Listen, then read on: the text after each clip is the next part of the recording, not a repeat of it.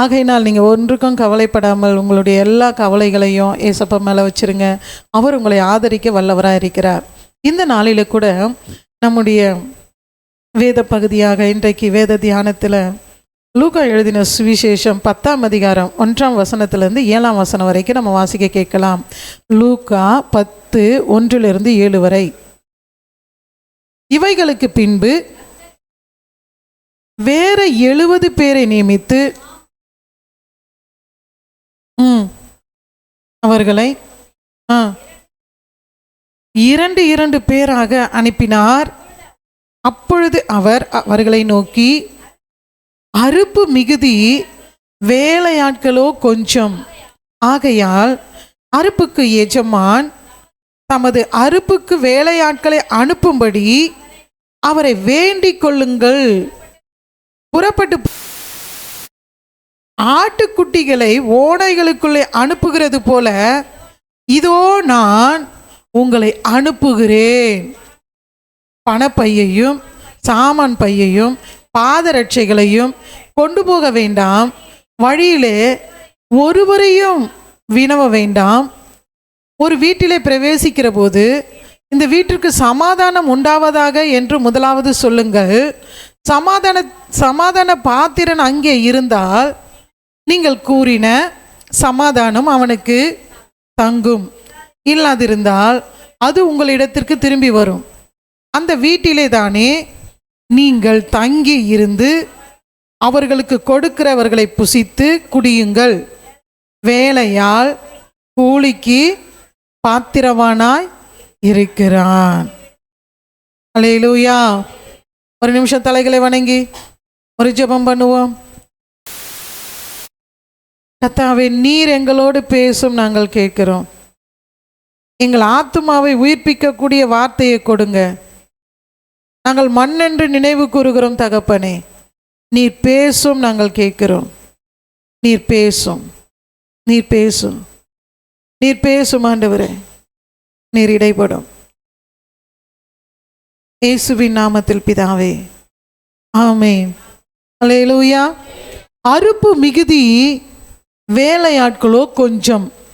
அறுப்பு மிகுதி. அறுப்பு மிகுதினா நீங்கள் எல்லாரும் உடனே அப்படியே வயலுக்கு போயிடாதீங்க. அங்கே போயிட்டு நிறைய நெல் விளைஞ்சிட்டு இருக்குது, இது அறுவடை சீசன் தான், இது பங்குனி மாதம். பங்குனி வந்துடுச்சா? வந்துடுச்சாம்மா? பங்குனி வந்துடுச்சா? என்ன மாதம்னே தெரில. தமிழ் மாதம். அல்லேலூயா. பங்குனி மாதம்தான். ஆமாம், அறுவடை சீசன் தான் இது. ஆமாம், நல்ல கவனி. இப்போது அறுவடை எல்லாம் ஆயத்தமாக இருக்குது. நம்ம என்ன பண்ணணும்? அறுப்புக்கு அறுக்கக்கூடிய ஆட்கள் வேணும். வயலில் நல்லா விளைஞ்சி இருக்குது. நல்லா கவனிங்க. வயலில் நல்ல அறுவடை, நல்ல நெல்லுகளோ இல்லை கோதுமையோ ஏதோ ஒரு பயிர் வகைகள் நல்ல விளைச்சல் அதிகமாக இருக்குது. அதிகமாக விளைஞ்சி போன பிறகு அதை என்ன பண்ணணும்? அறுத்து அதை எடுத்துகிட்டு சுத்தம் பண்ணி நமக்கு தேவைக்காக பயன்படுத்தணும், அல்லது விற்கிறதோ ஏதோ பண்ணணும். அப்போது அறுக்கிறதுக்கு ஆட்கள் கொஞ்சமாக இருக்கிறாங்க. அப்போ விளைச்சல் எவ்வளோ இருக்கும்? விளைச்சல் எப்படி இருக்குது? அதிகமாக இருக்குது. ஏக்கர் கணக்கில் நல்ல விளைஞ்சி போயிருக்குது. ஒரு 2 பேரோ இல்லை 3 பேரோ இல்லை ஒரு 10 பேரோ அறுக்க முடியல. அப்போ ஆட்கள் தேவை, வேலைக்கு ஆட்கள் தேவை. அதுதான் ஆண்டவர் சொல்கிறாரு, வேலைக்கு ஆட்கள் தேவைப்படுறாங்க. எத்தனை பேர் நீங்கள் வர ஆயத்தமாக இருக்கிறீங்க? எங்கெங்கே வேலை செய்யணும்? ஊரில் தாங்க வேலை செய்யணும். ஏசப்பாவுடைய தோட்டத்தில் வேலை செய்யணுங்க. ஏசப்பா சொல்கிறாரு நம்மளை பார்த்து, நிறைய ஆத்துமாக்கள் நிறைய போராட்டத்தோட, பிரச்சனையோட, பலவிதமான கண்ணீரோட, பலவிதமான தேவைகளோட, யார் எங்களுக்கு விடுதலை கொடுக்க முடியும்? யார் எங்களை தூக்கி எடுக்க முடியும்? யார் எங்களுக்கு சொல்ல முடியும்? யார் எங்களுக்கு நற்செய்தி சொல்லுவாங்க? யார் எங்களுக்கு இப்படி கேள்விகளோட, பலவிதமான கேள்விகளோட காத்து கொண்டு இருக்கிறாங்க மக்கள். அதுதான் விளைஞ்சி ரெடியாக இருக்குது. அவங்களுக்கு அவற்றிலிருந்து விடுதலையாக்கக்கூடிய ஒரு தெய்வம் இருக்கிறாரு. அவற்றில் இருந்து உங்களை தூக்கி எடுக்க ஒரு தகப்பன் இருக்கிறாரு. உங்களை தோளில் சுமக்கும்படிக்கு, ஒரு தகப்பனை போல உன்னை தோளில் சுமக்கும்படிக்கு, உன்னை இடுப்பில் வைத்து உன்னை தாளாட்டும்படிக்கு, ஒரு தாய் உன்னை தேற்றுவது போல உன்னை தேற்றும்படிக்கு ஒரு நல்ல தெய்வம் சொல்லுவதற்கு ஆட்கள் தேவை. ஆட்கள் தேவை. ஆண்டவருடைய இருதயம் ஜனங்கள் மேலே பரிதபித்து கொண்டு இருக்கிறது. ஜனங்களோ அறிவில்லாமையினாலே சங்காரமாய் கொண்டு இருக்கிறார்கள். வலது கைக்கும் இடது கைக்கும் வித்தியாசம் அறியாத ஜனங்கள் அந்த நினிவே பட்டணத்தில் பாவம் செய்து ஏகமாய் கெட்டு போய் கிடக்கிறாங்க. நினிவேனுடைய கூக்குரல் வானத்தில் வந்து எட்டினது என்று சொல்லப்பட்டிருக்கிறது. அல்லேலூயா.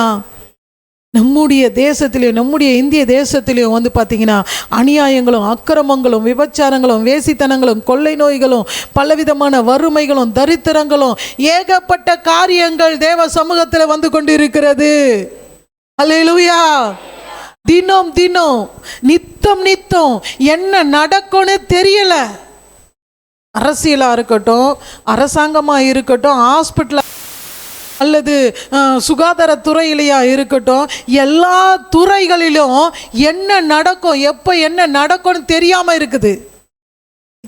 வித்தியாசமான போராட்டங்கள் நடந்து கொண்டு இருக்கிறது. தேவஜனங்களே, யார் அவர்களை விடுதலை ஆக்க முடியும்? யார் அவர்களுக்காக சுவிசேஷம் சொல்ல முடியும்? யார் அவர்களுடைய சீர்கேட்டை உணர்த்த முடியும்? கொஞ்சம் யோசிச்சு பாருங்க. நம்மளால ஒன்றுமே பண்ண முடியாது. நம்ம செய்ய வேண்டியதெல்லாம் ஒன்று, இயேசுவால் முடியும்னு சொல்லணும். இயேசுவால் தான் உங்களை மாற்ற முடியும்னு சொல்லணும். இயேசுவால் தான் உங்களை ரட்சிக்க முடியும்னு சொல்லணும். இயேசுவால் தான் உங்களை விடுதலை ஆக்க முடியும்னு சொல்லணும். இதை சொல்கிறதுக்கு நாங்கள் கஷ்டம். இதுவா கஷ்டம்? கொஞ்சம் யோசிச்சு பாருங்க. இதுவாம்மா கஷ்டம்? இல்லை, சொல்லணுங்க. இயேசுவை பற்றி நம்ம சொல்லணும். இன்னும் கொஞ்ச காலம் தாங்க இருக்குது. வாசல் அடைக்கப்பட போகிறது. நம்ம கிருபையின் காலத்தில் வாழ்ந்து கொண்டு இருக்கிறோம். என்ன காலத்தில் வாழ்ந்துட்டு இருக்கிறோம்? கிருபையின் காலத்தில். இன்னும் கடைசி காலத்துக்குள்ளே போகல. அந்த கடைசி காலங்கள் கொடிய காலங்கள் என்று சொல்லப்பட்டிருக்கிறது வேதம். இப்போ நமக்கு வாசல் திறந்திருக்கும் போதே பட்டணத்தை சுதந்திரித்து கொள்ள ஆயத்தப்படுங்கள். ஆண்டவர் 70 பேரை தேர்ந்தெடுத்து 2 பேரை அனுப்புறாரு. எங்க அனுப்புறாருன்னா ஓநாய்களுக்குள்ளே அனுப்புறாராம். எங்க அனுப்புறாரு பாருங்க, நல்லா கொஞ்சம் யோசிச்சு பாருங்க. ஜனங்க எப்படி இருக்கிறாங்க? ஓநாய்கள்னா மிருகங்களை போல தான் இப்போ மனுஷர்கள் மாறிக்கொண்டு இருக்கிறாங்க. சுபாவ அன்பு இல்லை. எங்க வெஜிடபிள்ஸு உடம்புக்கு நல்லதுன்னு சொல்லிட்டு வாங்குறோங்க. அந்த வெஜிடபிள்ஸ் ஃபுல்லாகவே மெடிசன் போட்டு வச்சிருக்கிறான். மார்க்கெட்டிங்கில் என்ன பண்ணுறாங்க? பொருளுங்கெல்லாம் கெடக்கூடாதான். அவர் வாங்கிட்டு வந்தது, அந்த மார்க்கெட்லேருந்து வாங்கிட்டு வந்த பொருள்லாம் 10 நாள் ஆனாலும் அது அப்படியே வெளியே இருந்தால் கூட அப்படியே தான் இருக்கும். பார்க்க இருக்குது. ஆனால் நம்ம எடுத்து அதை ஓப்பன் பண்ணி பார்த்து கட் பண்ணி பார்த்தா எல்லாம் அழுகி போயிருக்குது, எல்லாம் வேஸ்ட்டாக இருக்குதுங்க. எத்தனை பேர் பயன்படுத்தி இருக்கிறீங்க? எத்தனை பேர் பார்த்து இருக்கிறீங்க? ஆப்பிளை வாங்கி பாருங்க, நல்லா ஃப்ரெஷ்ஷாக இருக்குது பார்க்குறதுக்கு. அதை கட் பண்ணி எடுத்து பாருங்க, உள்ளே பார்த்தா அப்படியே ஒரு மாதிரி வித்தியாசமாக இருக்குது. உருளைக்கிழங்கெல்லாம் அவ்வளோ அழகாக சாப்பிடுவோம், விரும்பி சாப்பிடுவோம். இப்போ என்னன்னு கேளுங்க, ஒன்று அப்படியே முளைச்சி கிடக்குது, இல்லைன்னா அப்படியே அழுகிடுது, ஒரு வித்தியாசமாக அழுகி போகுது. சரி வெஜிடபிள்ஸ் தான் அப்படி இருக்குதுன்னு சொன்னால், மீன் வந்து உடம்புக்கு நல்லதுன்னு சொன்னாங்க. அதில் நிறைய ப்ரோட்டீன்லாம் இருக்குது, மீன் நல்லா சாப்பிட்லாம். மீன் எடுக்கிறப்ப கடல்லேருந்து பிடிச்சிட்டு வரப்பவே அழகாக ஃப்ரெஷ்ஷாக எடுத்துன்னு வந்து கொட்டுவாங்க. அது எப்படி இருந்தாலும் அழுகி போனால் கூட காய வச்சு அது கருவாடு பண்ணி சாப்பிட்ருவோம். ஆனால் இப்போ எப்படி படம் தெரியுமா? மாத கணக்கில் எடுத்துன்னு வந்தாலும் மீன் கெட மாட்டேனுது. வீட்டில் வாங்கிட்டு வந்து அந்த ஸ்மெல்லே வரலங்க. என்ன ஸ்மெல்லு? அந்த குழம்பு வாசனை இல்லை. வீட்டில் மீன் கழுவுனா வெளியிலேருந்து யாராவது வந்தாங்கன்னா சொல்லுவோம், ஐயோ இங்கேயே கழுவுன வராங்களே, கவுச்சி அடிக்குமே, அப்படியே வாசனை அடிக்குமே, நாற்று அடிக்குமே, பெனாயில் ஊற்றி கழுவு கொஞ்சம். ஒரு நாளைக்கு மீன் குழம்பு செஞ்சுட்டு மறுநாள் அந்த பாத்திரத்தை நல்லா கழுவி தான் வச்சுருப்போம். அந்த டம்ளரில் எடுத்து தண்ணி குடிச்சா என்ன வரும்? இப்போ வருதா? கொஞ்சம் யோசிச்சு பாருங்களேன். க்ளீனாக இருக்கும்.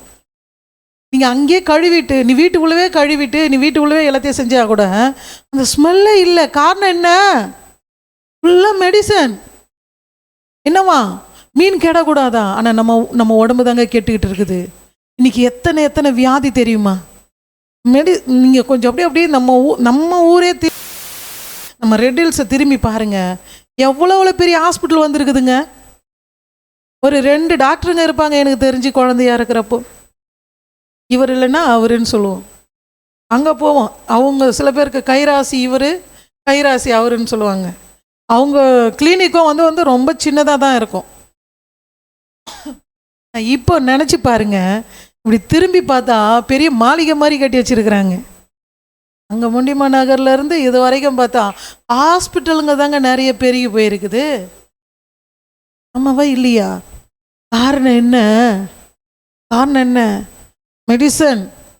ஒரு பிரதர் ஒருத்தர் சொன்னார், சுகருக்கு நீங்கள் மாத்திரை போடுறீங்களே, சுகர் குறைஞ்சிதா? அவங்க என்ன சொல்லிடுறாங்க, வருஷம் ஃபுல்லாக நீங்கள் சாகிற வரைக்கும் என்ன பண்ணி ஆகணும்? டேப்லெட் போட்டு ஆகணும். உடம்பு சரியில்லை, ப்ரெஷர் இருக்குதா, மாத்திரை போட்டிங்களா? மாத்திரை போடலன்னா அதனால தாங்க வந்ததுங்க இந்த மாதிரி. பயமுறுத்துறாங்க டாக்டர்ஸுங்க நம்மளை. இதனால தான் அப்படியே ஜனங்க எல்லாருமே அப்படியே பயந்து பிதிரி கொண்டு இருக்கிறாங்க. நேற்றைய தினத்தில் மெசேஜில் நம்முடைய மோகன் சி ஐயா அவங்க சொல்கிறாங்க, ஒரு வார்த்தை சொல்கிறாங்க. அமெரிக்காவில் இருக்கிற ஜனாதிபதி சொல்கிறாராம், அங்கே இருக்கிற ஒரு முக்கியமான சுகாதார அமைச்சர் சொல்கிறாராம், ஒரு பெரிய நோய் வந்துக்கிட்டு இருக்குது, எல்லாரும் வெயிட் பண்ணுங்கன்னு சொல்கிறாராம். அவருக்கு எப்படி தெரியும்னு அவரே கேள்வி கேட்குறாரு. ஒரு நோய் வரப்போகுதுன்னு அவருக்கு எப்படி தெரியும்? அவர்னா தீர்க்கதரிசியா? கொஞ்சம் யோசிச்சு பாருங்க, நம்முடைய தேசம் எந்த அளவுக்கு போயிட்டு இருக்குது பாருங்க. இதற்காக தான் ஆண்டவர் சொல்றாரு, நீ புறப்பட்டு போங்க, தெய்வீக சுகத்திற்காக ஜெபம் பண்ணுங்க. டாக்டர்கிட்ட போகிறதுக்கு பயமாக இருக்குதுங்க, எந்த நேரம் தெரியாது. ஒரு குழந்தை சாதாரணமாக பிரசவத்துக்கு போன ஒருத்தவங்களுக்கு பிரசவம் பார்த்துட்டு அந்த குழந்தை வந்து நல்லா இருக்குது, அந்த அம்மாவுக்கு வயிற்றில் அப்படியே ஃபுல்லாக அழுகி போச்சான், வயிறு ஃபுல்லாக அழுகி போயிட்டு இருக்குது. திடீர்னு அவங்க கத்துறாங்க, என்ன ஏதுன்னு செக் பண்ணி பார்த்தா இவங்க ட்ரூல்ஸ் அவங்க வயிற்று உள்ளே இருக்குதுங்களாங்க, ஆப்ரேஷன் பண்ண அந்த ட்ரூல்ஸ் உள்ளே இருக்குதான். எந்த அளவுக்கு கவனமாக ஆப்ரேஷன் நடத்துகிறாங்க பாருங்க. என்ன நடக்குது நம்முடைய தேசத்தில்? அன்றைக்கு மருத்துவச்சிகள் தான் மருத்துவம் பார்த்தாங்கன்னு சொல்லப்பட்டிருக்குது. இன்றைக்கு மருத்துவச்சிகள் இல்லை, மருத்துவச்சிகள் இருக்கிறாங்க, அந்த அளவுக்கு அக்கறையோடு பார்க்குற மருத்துவச்சிகள் இல்லை. அல்லேலூயா, அல்லேலூயா. சற்று சிந்தித்து பார்க்க வேண்டும், சற்று சிந்திக்க வேண்டும். யோசிச்சு பாருங்க, நம்முடைய தேசத்தில் எல்லாவற்றிலும் சுயநலம் காணப்படுகுதுங்க. பணம் சம்பாதிப்பதற்காக எதை ஒன்றாலும் செய்ய ஆயத்தமாக இருக்கிறாங்க நம்ம ஆட்கள். எங்க மீன், இந்த வெஜிடபிள்ஸு, அதுக்கப்புறம் இந்த கறி, மட்டன், சிக்கன் எல்லாவற்றையும் அதெல்லாம் சேல்ஸ் பண்ணுறது யாரு? ரோபோவா சேல்ஸ் பண்ணுது? மனுஷன் தானே. இந்த மெடிசன் போடுறப்போ அவங்களுக்கு ஒரு மனிதாபிமானம் வர வேணாவா? ஐயோ, யார் வீட்டு குழந்தை சாப்பிட போதோ, எந்த குழந்தைக்கு வியாதி வருமோ, எந்த குழந்தை பலவீனமாகுமோ. இந்த சிக்கனை சாப்பிடவே கூடாது, நாட்டுக்கோழி சிக்கன் தான் சாப்பிடணும், இந்த பிளாய்லர் சிக்கன் சாப்பிடவே கூடாதுன்றாங்க. ஆனால் நம்மளால சாப்பிடாம இருக்க முடியுதா? சிக்கன் வாங்கணும், வித்தியாசமாக சமைச்சு சாப்பிட்டு ஆகணும். அல்லேலூயா. அதில் தான் ரொம்ப பயங்கரமான நோயே பரவுதுன்றாங்க. சின்ன பசங்கள்லாம் பெரிய பசங்களாக ஆயிடுறாங்க சீக்கிரமாக 12 வயசில். காரணம் நினைக்கிட்டா என்ன சாப்பிடாம இருக்க முடியலையே, வாங்காமல் இருக்க முடியலையே, சும்மா ஒரு 4 கிலோ வாங்கி செஞ்சுக்கலாம், ஒரு 100 கிராம் வாங்கி செஞ்சுக்கலாம். இப்படி தானே போயிட்டு இருக்குது. நம்பி தானே வாங்குறாங்க, ஆனால் மனித அபிமானமே இல்லை. நீர்க்கட்டிகள் வருதான் பிள்ளைங்களுக்கு, திருமணம் ஆகணவங்களுக்கு கூட நீர்க்கட்டிகள் இருக்குதுன்னு சொல்கிறாங்க. காரணம் என்ன? நம்ம சாப்பிட்ற பொருளுங்க எல்லாமே மெடிசனாக இருக்குது. இதற்காக தான் ஆண்டவர் சொல்கிறாரு, கிறிஸ்தவ பிள்ளைகள் நீங்கள் ஆலயத்துக்கு வருகிறவர்கள், நீங்கள் ஒரு வியாபாரம் செய்வீங்கன்னு சொன்னால் கடவுளுக்கு முன்பாக உண்மை உத்தமமாக அதை செய்யுங்க. உங்களுக்குள்ளே வருது இது பாய்சன் இருக்கோன்னு தெரிஞ்சா தயவுசெய்து விற்காதீங்க. ஒரு சகோதரி பெட்டி கடை வச்சு நடத்திட்டு இருந்தாங்க, சின்னதாக ஆரம்பித்தாங்க. அவங்க வந்து இந்த பான் பராக்கு, அந்த இது, அந்த பாக்கு, பீடி, சிகரெட்டு இதெல்லாம் விற்றுக்கிட்டு இருந்தாங்க. அப்போது ஒரு நாள் வந்து ஒரு சகோதரி சொன்னாங்க, இந்த கடையில் வந்து உங்கள் விசுவாசி இந்த கடையில் இதெல்லாம் விற்கிறாங்களே, அதெல்லாம் தப்பு இல்லையா அப்படின்னாங்க. இல்லையா, அவங்க விற்க மாட்டாங்களே. அதுக்கப்புறமா நான் ஒரு முறை சொன்னேன் அவங்கக்கிட்ட, சிஸ்டர் இந்த மாதிரிலாம் நம்ம கடையிலலாம் இருக்கக்கூடாது. உடனே எடுத்து போட்டாங்க. அவங்க யாருக்குமே கொடுக்கல, உடனே அதை எல்லாத்தையும் க்ளீன் பண்ணிட்டாங்க. யாருக்கும் நஷ்டமாகனாலும் பரவாயில்ல, என் கடைக்கு ஆள் வந்தாலும் வரலனாலும் பரவாயில்ல, நான் இனி இதை விற்க மாட்டேன். அல்லேலூயா. மனசாட்சி உள்ளவர்களாக நடந்து கொள்ளணும். எல்லா வியாபாரத்திலையும் உண்மை உத்தமமாய் காணப்பட வேண்டும். இந்த காரியத்தை சொல்லும்படிக்கு தான் நம்முடைய தேசத்திற்காக, நம்முடைய தேசத்தின் மக்கள், இப்போ ஒரு நான் மட்டும் அவங்களுக்கு சொல்லலைன்னு வச்சுங்களேன், அவங்க என்ன பண்ணிட்டு இருப்பாங்க? தொடர்ந்து அதை செஞ்சுட்டு தானே இருப்பாங்க. அப்போது ஒரு ஆள் சொல்லணும், சொன்னால் தான் அவங்களுக்கு தெரியும். அவங்க விசுவாசியாக இருந்தாலும் சரி, அவங்க யாராக இருந்தாலும் சரி, வெளி மனுஷாலாக இருந்தாலும் சரி, அதை நம்ம சொல்லும்போது புரிந்து கொள்ளுவாங்க, அதிலிருந்து விடுதலை ஆவாங்க. ஒருவேளை திரும்பி செஞ்சாங்கன்னா அது அவங்க பாடு, கத்தற்பாடு. புரியுதுங்களா? அப்போ சொல்லக்கூடிய ஆட்கள் தேவை. இங்கே சொல்லப்பட்டிருக்குது 7வது வசனத்தில் என்ன வார்த்தை சொல்லப்படுது? கடைசி பகுதியில் லூக்கா 10ஆம் அதிகாரம் 7வது வசனம், அந்த வீட்டிலே தானே நீங்கள் தங்கி இருந்து அவர்கள் கொடுக்கிறவர்களை புசித்து குடியுங்கள், வேலையால் தன் கூலிக்கு பாத்திரக்காரனாய் இருக்கிறான். ஒவ்வொருவரும் தேவனுக்காக நீங்கள் எதை செய்தாலும் ஆண்டவர் சொல்கிறாரு, என் நாமத்து நிமித்தம் ஒரு கலசம் தண்ணி கொடுத்தா கூட அதை உன்னுடைய பிரதிபலனை உனக்கு கொடுப்பேன்னு சொல்கிறார். ஒரே ஒரு டம்ளர் தண்ணி கொடுத்தினா கூட உனக்கு பிரதிபலனை கொடுக்குறேன். அப்போ அவருக்காக நீ நேரத்தையும் காலத்தையும் சமயத்தையும் நீ பயன்படுத்தும் போது அதனுடைய பிரதிபலனை உனக்கு கொடுக்காமல் இருப்பாரா? நிச்சயம் நிச்சயம் உங்களுக்கு கொடுப்பார். ஆகையினால தான் வேதம் சொல்கிறது, சமயம் வாய்க்காவிட்டாலும் சத்திய வசனத்தை நீங்கள் சொல்லுகிறவர்களாக, ஜாக்கிரதை உள்ளவர்களாக, போதிக்கிறவர்களாக காணப்பட வேண்டும் என்று ஆண்டவர் சொல்லுகிறார். தீமோத்தேயுக்கு பவுல் எழுதும்போது 1 தீமோத்தேயு 5ஆம் அதிகாரம் 18வது வசனத்தில் சொல்லப்பட்டிருக்கிறது, போர் அடிக்கிற மாட்டை வாய் கட்டாது இருப்பாயாக, வேலையால் தன் கூலிக்கு பாத்திரவானாய் இருக்கிறான் என்று. லூக்கா 10ஆம் அதிகாரத்தில் 2வது வசனம், அறுப்புக்கு எஜமான் தன் வேலைக்காரனை அனுப்பும்படி அவரை வேண்டிக் கொள்ளுங்கள். ஆண்டவரே, எங்கள் சபையில் இருக்கிறவர்களை இன்னும் வேலையாட்கள் வேணும், உம்முடைய வேலை செய்யக்கூடிய பிள்ளைகளை எழுப்பி தாங்கன்னு சொல்லி நம்ம ஜெபிக்கிறவர்களாய் காணப்பட வேண்டும். 1 கொரிந்தியர் 3ஆம் அதிகாரம் 8வது வசனம் சொல்கிறது, தன் வேலைக்கு தக்கதாக அவர் கூலி கொடுக்கிறவராய் இருக்கிறார் என்று சொல்லப்பட்டிருக்கிறது. தன் வேலைக்கு தக்கதாக, யார் என்னென்ன வேலை செய்கிறீங்களோ அதற்கு ஏற்றாற் போல சிட்டியில் வேலை செய்கிறவங்களுக்கு 1 லட்சம் ரூபாய் சேலரி கொடுக்குறாங்களாம். ஆமாவா இல்லையா? ஆமாம், 50,000 வாங்குவாங்க, 80,000 சொல்லுவாங்க, 1 லட்சம்னு வாங்க, 2 லட்சம்னு சொல்லுவாங்க, எவ்வளோனாலும் வாங்குறாங்க. அமெரிக்கா கம்பெனி அங்கே, அது இந்தியா கம்பெனியில் வந்து பார்த்திங்கன்னா அதே ஆள் அதே வேலை இங்கே செய்கிறாங்கன்னா அவங்களுக்கு ஒரு 50,000 கொடுக்குறாங்க. 50,000 அவங்களுக்கு சேல்ரி. அதே மாதிரி வந்து பார்த்திங்கன்னா ஒரு சாதாரண படிச்சுட்டு ஒரு கம்பெனியில் போய் வேலை செய்கிறான்னா ஒரு 20,000 30,000 வேலை செய்கிறாங்க அவங்க. அதுவும் அதுக்கு கீழே இருக்கிறவங்கள வந்து பார்த்திங்கன்னா ஒரு இங்கே பக்கத்தில் இருக்கிற ஒரு அட்டை கம்பெனி போனேன், அந்த கம்பெனி போனேன், இந்த கம்பெனி போனேன், எழுதுகிறேன், படிக்கிறேன், கம்ப்யூட்டரில் உட்காரேன், ஒரு 15,000 கொடுக்குறாங்கன்னு சொல்கிறாங்க. அதுக்கும் மிஞ்சி போனால் ஒரு 10,000, அதுக்கு மிஞ்சி போனால் ஒரு 5,000. அப்போது அவர்களுக்கு திராணிக்கு தக்கதாக, அவர்கள் செய்கிற வேலைக்கு தக்கதாக அவர்களுக்கு கூலி கொடுக்கப்படுகிறது. ஒரு நாளைக்கு 300 ரூபா சம்பளம் வாங்குறவங்களும் இருக்கிறாங்க, ஒரு நாளைக்கு 50 ரூபா சம்பளம் வாங்குறவங்களும் இருக்கிறாங்க, ஒரு பொழைச்சி 50 ரூபா கூலி வாங்கிட்டு வீட்டுக்கு வரவங்களும் இருக்கிறாங்க, 300 ரூபா வாங்கிட்டு வரவங்களும் இருக்கிறாங்க, 500 ரூபா வாங்குறவங்களும் இருக்கிறாங்க, 1000 ரூபாய் வாங்குறவங்களும் இருக்கிறாங்க, 2000 ரூபாய் வாங்குறவங்களும் இருக்கிறாங்களா இல்லையா? இருக்கிறாங்க. அப்போது என்ன காரணம்? அவங்க வேலைக்கு தக்கதான ஊதியம் கொடுக்கப்படும் என்று சொன்னால், தேவனுக்கு நீங்கள் ஒரு வார்த்தையை சொல்லும்போது உனக்கு ஆண்டவர் கூலி கொடுக்கிறாராம். அப்போ இந்த வசனத்துல இருந்து என்ன நம்ம கற்றுக்கொள்கிறோம்னு சொன்னா, வேலையால் கூலிக்கு பாத்திரவானாய் இருக்கிறான்.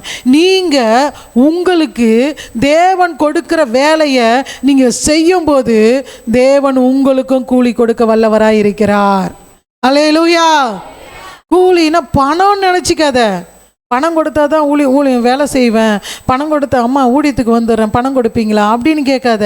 உனக்கு சுகம் என்ற வேலையை கூலியை கொடுக்கலாம், பலன் என்ற கூலியை கொடுக்கலாம், சத்து கொடுக்கலாம், சமாதானம் என்ற கூலியை கொடுக்கலாம், சரீர பலன் என்ற கூலியை கொடுக்கலாம்.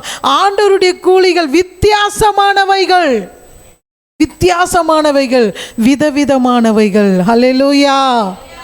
ஆண்டவருடைய அற்புதங்களும் பார்த்தீங்கன்னா வித்தியாசமாய் காணப்படும். ஒரே மாதிரியா ஆண்டவர் ஆசீர்வதிச்சார்னு யாரையாவது பார்க்க முடியுதா? இல்லை. திராணிக்கு தக்கதாக ஒருவனிடத்துல 10 தாலந்து, ஒருவனிடத்துல 5 தாலந்து, ஒருவனிடத்துல 1 கொடுத்தாரு. நம்முடைய திராணிக்கு தக்கதாக அவர்களை ஆசீர்வதிக்க வல்லமை உள்ள தேவனாக இருக்கிறார். அல்லேலூயா.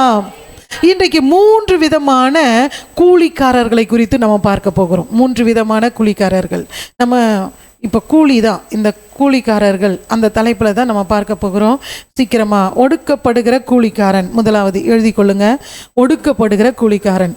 உபாகம புத்தகம் 24ஆம் அதிகாரம் 14வது வசனத்தை நம்ம உபாகமம் 24:14.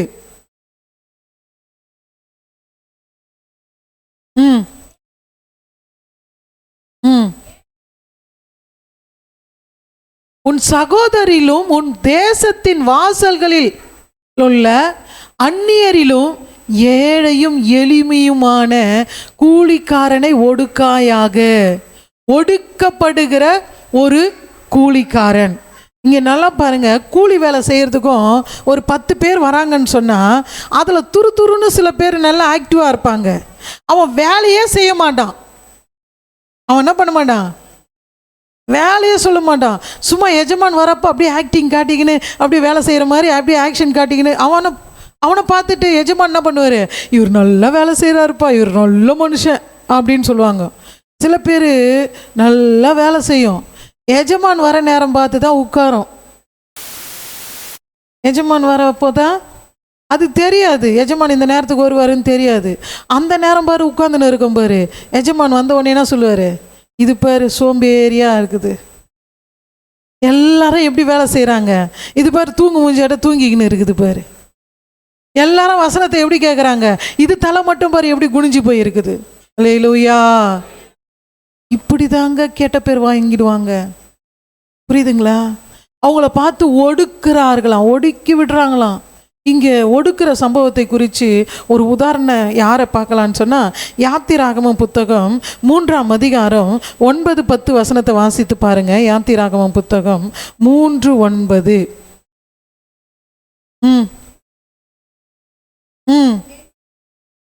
என் சந்நிதியில் வந்து எட்டினது, எகிப்தியர் அவர்களை ஒடுக்குகிற ஒடுக்குதலையும் கண்டே. நீ என் ஜனத்தை எகிப்திலிருந்து அழைத்து வரும்படி உன்னை பார்வோனிடத்திற்கு அனுப்புவேன் என்றார். வா என்றார். அல்லேலூயா. இந்த வசனத்தை நீங்கள் நல்லா கவனிச்சிங்கன்னா, அங்கே எகிப்தியரிடத்துல நம்முடைய எபிரேய பிள்ளைகள் ஒடுக்கப்பட்டார்கள், நொறுக்கப்பட்டார்கள்.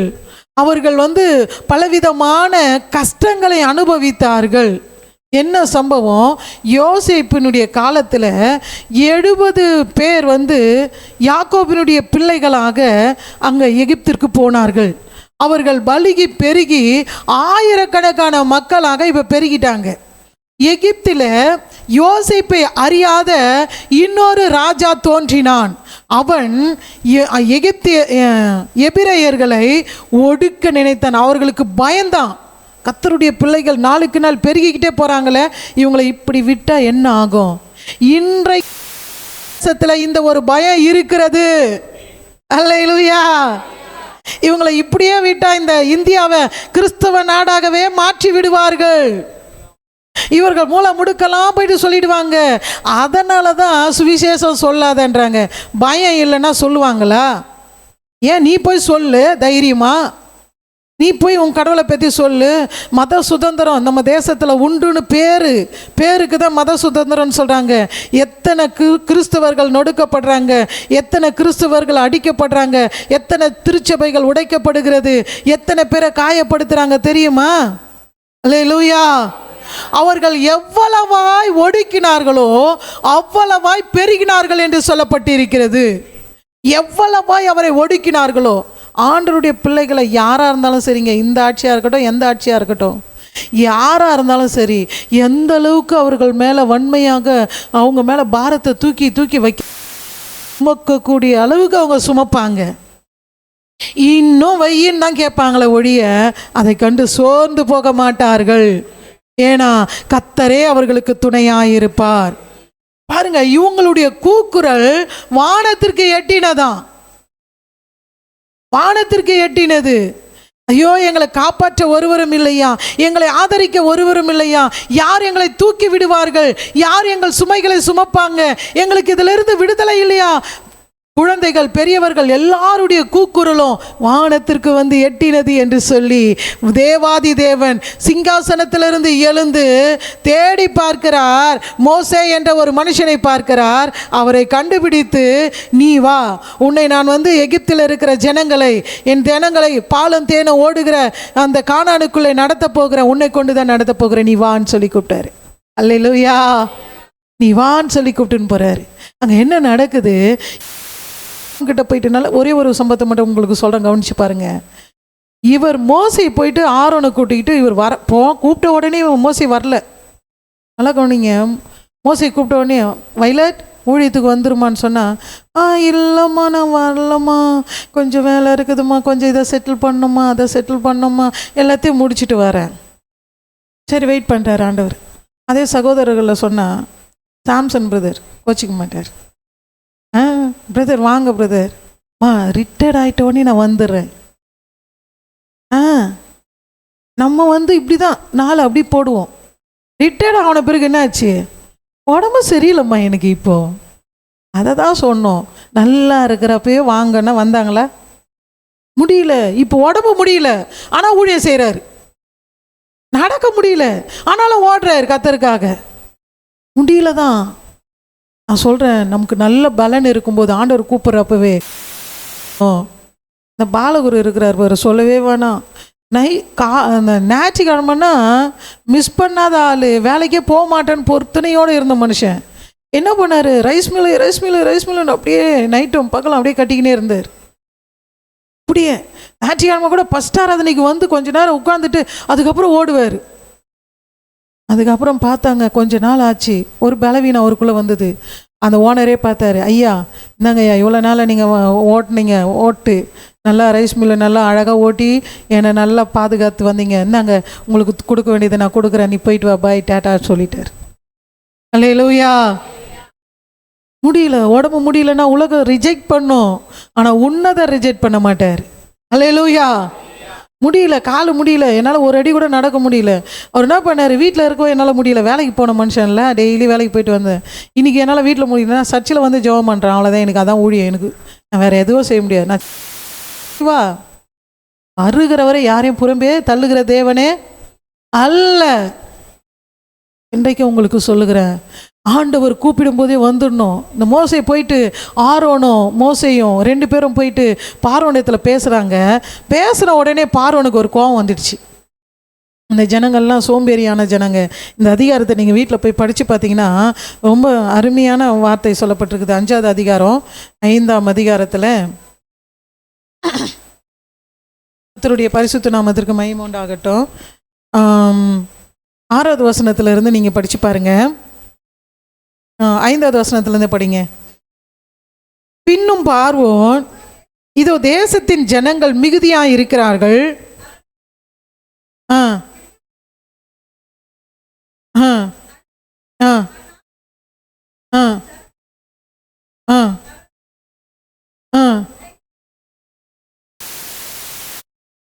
வைக்கோல்கள் கொடுக்க வேண்டாம், அவர்களை தாங்களே போய் வைக்கோல்களை சேர்த்து கொள்ளட்டும். படிங்க.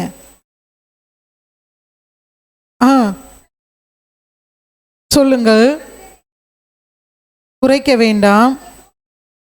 அவர்கள் எப்படி இருக்கிறாங்களா? சோம்பலாய் இருக்கிறார்கள். அவர்கள் போய் அவங்க வேலை செய்யறதுக்கு சோம்பல் படுறதுனால தான் எங்கள் தேவனுக்கு நாங்கள் பலியிடும்படிக்கு கூக்குரல் இடுக்கிறார்கள். அந்த மனிதர்கள் மேல் முன்னிலும் அதிக வேலையை சுமத்துங்கள், அதில் அவர்கள் கஷ்டப்படட்டும். வீண் வார்த்தைகளுக்கு அவர்கள் செவி கொடுக்க விடாதிருங்கள் என்று கட்டளையிட்டான். அல்லேலூயா சொல்லாமா? எனக்கு அருமையான தேவ ஜனங்களே, அந்த மோசையும் ஆரோனும் போயிட்டு உடனே அவன் என்ன சொல்கிறான், இவங்க சோம்பலாக இருக்கிறதுக்காக எப்படி நாங்கள் கர்த்தரை ஆராதிக்கணுங்க, எங்களை அனுப்பி விடுங்கன்னு சொல்கிறப்போ விட மாட்டாங்க. சத்துரு கர்த்தரை ஆராதிக்கிறதுக்கு விட மாட்டான். நீங்கள் நல்லா யோசிச்சு பாருங்க, நல்லா யோசிச்சு பாருங்க. ஜெபம் பண்ணுறதுக்கு உங்களுக்கு டைம் கிடைக்குதா? கிடைக்குதா? பைபிள் வாசிக்கிறதுக்கு டைம் கிடைக்குதா? கிடைக்குதா? ஆராதனைக்கு போனோம், நேரத்தோட கிளம்ப முடியுதா? ஆராதனைக்கு நேரத்தோட ஓடி வரமா? முடியாது. இதுக்கெல்லாம் விடவே மாட்டான். ஏன்? ஏன்? அதே யாராவது வந்துட்டுமே வீட்டுக்கு, மணிக்கணக்காக உட்காந்து பேசுவோம்.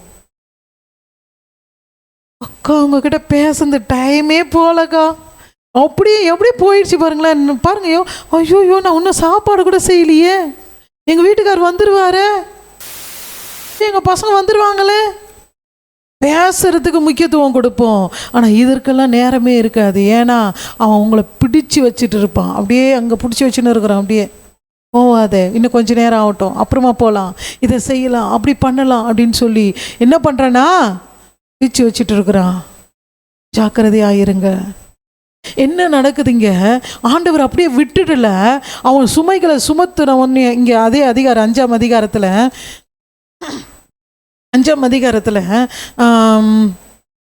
கர்த்தருக்கு கோடான கொடி ஸ்தோத்திரம் 16வது வசனத்தை படிச்சு பாருங்களேன். ம் ம் ம்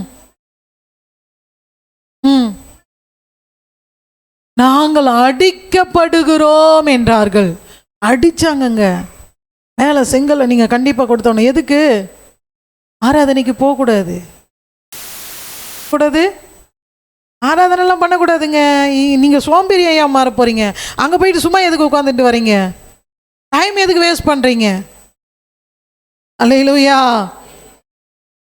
இப்படிதான் ஜனங்களை போட்டு அவன் மடக்கி வச்சிருக்கிறான். அவங்க பிரெயினை போட்டு ஞாயிற்றுக்கிழமை ஒரு நாள் வேலைக்கு போய் வந்து பாரு, உனக்கு 1000 ரூபாய் சேலரி கொடுத்துருவாங்க. 1000 ரூபான்னு உடனே இந்த மாலை என்ன பண்ணுவாங்க தெரியுமா? அடுத்த வாரம் ஆராதனைக்கு போகலாம், ஆயிடு, இன்னைக்கு நீ கண்டிப்பாக வந்துரு, நீ டெய்லி வாங்குற சம்பளத்தை விட 300 ரூபாய் எக்ஸ்ட்ரா போட்டு தரேன். உடனே லாயிட்டு சொல்லிடுவாரு, என்னம்மா கூப்பிட்றாங்க வேலைக்கு போவா, இங்க நீங்கள் போங்க, நான் போயிட்டு ஆராதனை முடிச்சுட்டு வந்துடுறேன், நான் போனேன்னா நீ போனேன்னா எல்லாம் ஒன்று தான், நீ போ வேலைக்கு சொல்லி அனுப்பிடுவாமா? ஆமாம். அல்லேலூயா.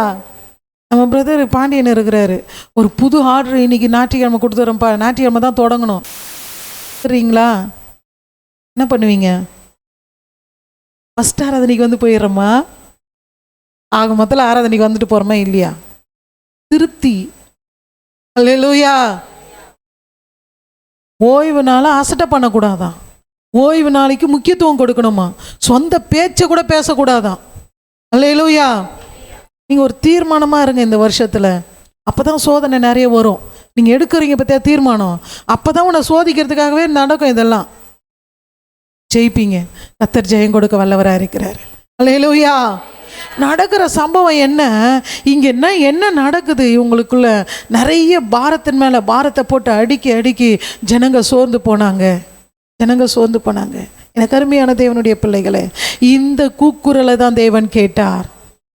ஜனங்களை 10 விதமான வாதைகளை கொடுத்து எகிப்தியரை நொறுக்கி அந்த பார்வோனையும் அவனுடைய சேனையும் செங்கடலில் அழித்து போட்டு தன்னுடைய ஜனங்களை மீட்டு கொண்டு வந்தார். தன்னுடைய ஜனங்களை விடுதலையாக்கி தேவன் கூட்டி சேர்த்தார். அவர் வாக்கு பண்ணிதல உண்மை உள்ளவருங்க. சோதனைகள் வரும், போராட்டங்கள் வரும், கண்ணீர்கள் வரும், வியாதி பலவீனங்கள் வரும். அவை எல்லாவற்றிலும் ஆண்டவர் கூட இருந்து வழி நடத்துவார். அல்லேலூயா. ஒரு நாளும் தள்ளாட விட மாட்டார், தள்ளாட விட மாட்டார். நம்மோடு கூட இருக்கிறார், இருந்தார், இருக்கிறார், இனிமேலும் இருப்பார். நம்மோடு கூட இருப்பார், விட மாட்டார், கைவிட மாட்டார். தைரியமா இருங்க. நல்லா கவனிச்சு பாருங்க.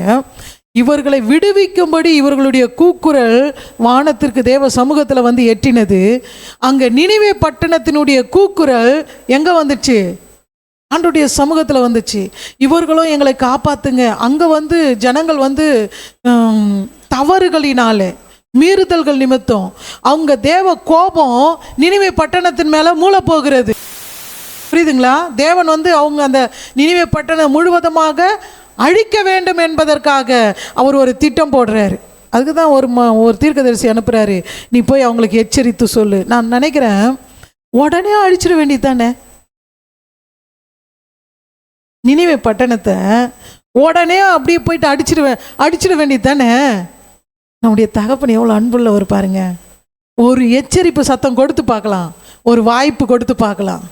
ஒரு வேளை அதில் மனம் திரும்பினாங்கன்னு வச்சுங்களேன், அவங்களுக்கு மீட்பு உண்டுங்க. இன்னைக்கு அந்த சான்ஸ் தான், பை சான்ஸ் கொடுக்குறாரு நமக்கு. பை சான்ஸ் அழிக்கல அந்த ஜனங்களை, நம்முடைய தீர்க்கதரிசியை கொண்டு அனுப்புறாரு. அந்த வார்த்தை அங்கே உரைக்கப்பட்ட உடனே மிருக ஜீவன்கள் இருந்து அரசன் வரைக்கும், மிருக ஜீவன்கள் முதற்கொண்டு அரசன் வரைக்கும் உபவாசம் போட்டு ஜெபிக்க ஆரம்பிச்சாங்களாம். அல்லேலூயா சொல்லுங்களேன். அல்லேலூயா. உன் கண்ணீருக்கு பதில் கொடுக்கிறவர். ஒரு நாளும் அவர் சொன்னார்னா செய்வார் தான். ஆனா உன் கண்ணீர் சிந்தப்பட்டா அவர்களை காப்பாற்றுகிற தேவனா இருக்கிறார்.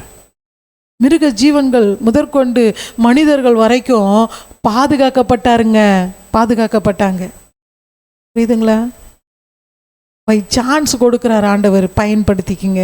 கர்த்தர் உங்களோடு கூட இருக்கிறார். ஹல்லேலூயா. இங்கே ஒடுக்கப்படுகிற கூலிக்காரன், ஏழைகளை ஒடுக்கக்கூடாது. நம்ம குடும்பத்திலையும் அல்லது நம்முடைய உற்ற உறவினர்களையும் நம்ம வந்து ஒரு பார்வை ஒன்று பார்ப்பாங்க. சில பேர் ரொம்ப வசதியாக இருக்கிறவங்களுக்கு ஒரு கணம் கொடுப்பாங்க.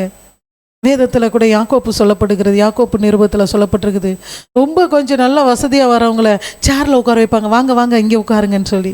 ரொம்ப ஒரு ஏழ்மையாக வரவங்களை பார்த்துட்டு என்ன சொல்லுவாங்களாம், நீதோ அது அங்கே உட்காருங்க போங்க. நடக்குதுங்களா?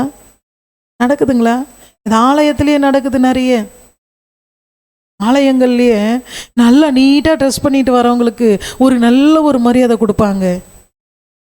ஒரு சாதாரணமாக வரவங்களுக்கு ஒரு மரியாதை கொடுப்பாங்க. அதல்லங்க ஊழியம், அதல்லங்க ஆண்டவருடைய பிள்ளைகளுக்கு அழகு.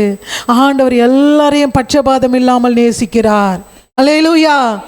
எல்லார் மேலும் அவர் அக்கறை உள்ள தேவனாக இருக்கிறார், அன்புள்ள தகப்பனாக இருக்கிறார். இவளுடைய ஒடுக்குதலை கேட்டு அவர்களை நல்ல கவனிங்க, பார்வோனையும் அவனுடைய சேனையும் அவனுடைய தலைச்சன் பிள்ளையை கூட சங்கரித்து தன்னுடைய பிள்ளைகளை பாதுகாத்த தேவன் நம்முடைய தேவன். அல்லேலூயா. செங்கடல்ல எல்லாரையும் அழிச்சு போட்டாருங்க, எல்லாரையும் அழிச்சு போட்டாங்க. இவங்க கரை ஏறி பார்க்குறாங்க, கரை ஏறி அந்த செங்கடலை விட்டு கரை ஏறி பார்க்குறாங்க. அந்த அலை வந்து அப்படியே மூடுது. உடனே இவர்களுடைய உருளைகளும் இவர்களுடைய கழுதை குதிரைகள் அவர்களுடைய பார்வோனுடைய சேனையினுடைய வீரர்களுடைய உடல்கள் எல்லாம் தண்ணியில் மிதக்குதுங்க. அல்லேலூயா. நம்முடைய தேவன் எவ்வளோ நல்ல தேவன் பாருங்க, எவ்வளோ ஒரு நல்ல தெய்வம் பாருங்க. ஒடுக்கப்படுகிற கூலிக்காரன். இரண்டாவது அநீதித்தின் கூலிக்காரன்.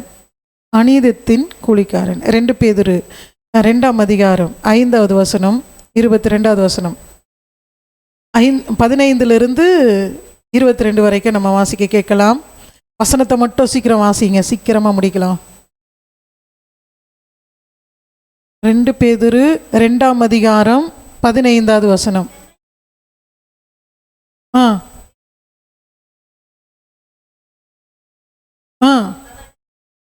அவன் அநீதத்தின் கூலியை விரும்பி தன்னுடைய அக்கிரமத்தின் நிமித்தம் கொல்லப்பட்டான். பேசாத மிருகம் மனுஷனுடைய பேசின பேச்சை பேசி தீர்க்கதரிசியினுடைய மதிக்கேட்டை தடுத்தது எதுங்க? மிருகம். கழுதை பேசுச்சிங்க, அவனுடைய மதிக்கேட்ட அது பேசி நிறுத்துச்சு. அடுத்தது, செம்மையான வழியை விட்டு அவன் செம்மையான வழியை விட்டு தப்பி நடந்து கொண்டு இருக்கிறாங்க. நல்ல வழி இது, இதிலே நடவுங்கள் என்று ஆண்டவர் சொல்லி இருக்க, அந்த வழியை விட்டு, செம்மையான வழியை விட்டு தப்பி நடந்து போய் கொண்டு இருக்கிறார்கள் அநேகர். எனக்கு அருமையான தேவனுடைய பிள்ளைகளை, வழியை விட்டு விலகி போக வேண்டாம். அடுத்தது,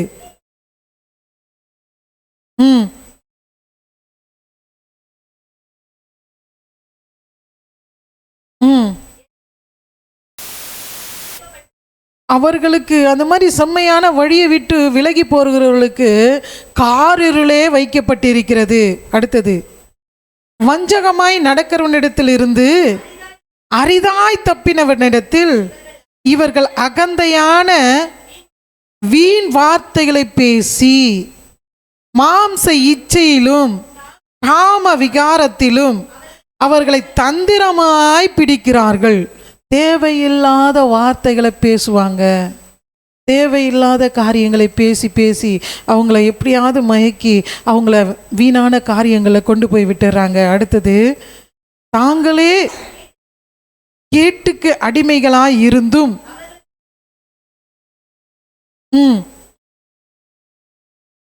எதினால், அந்த வார்த்தை நல்லா கவனிங்க, எதினால் ஒருவன் ஜெயிக்கப்பட்டு இருக்கிறானோ அதற்கு அவன் அடிமைப்பட்டு இருக்கிறானே.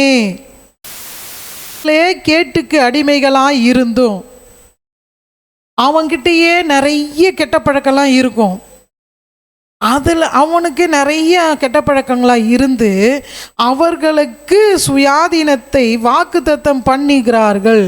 நீ கவலைப்படாத, இதெல்லாம் பண்ணிடலாம், இதெல்லாம் செஞ்சிடலாம், இதெல்லாம் நீ பண்ணி பாரு, அப்போதான் வாழ்க்கை, இதெல்லாம் நீ ஜெயிக்கலாம், அப்படி இப்படின்னு சொல்லி அவங்கள சொல்லி சொல்லி மயக்கி தன் வழிகளில் கொண்டு போய் விடுகிறார்கள். இங்கே சொல்லப்பட்டிருக்குது, எதினால் ஒருவன் ஜெயிக்கப்படுகிறானோ அதற்கு அவன் அடிமையாக இருக்கிறான். 20வது வசனம்,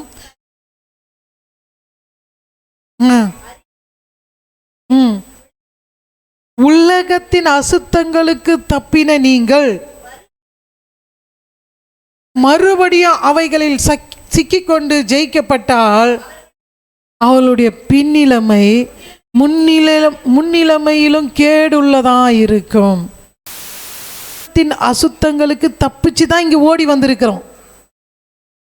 விக்கிரக ஆராதனையிலும் பயங்கரமான குழியிலும் இருந்த நம்மை அங்கிருந்து ஆண்டவர் மீட்டு எடுத்த உடனே தப்பிச்சோம் பொழைச்சோன்னு ஓடி வந்திருக்கிறோம் இங்கே.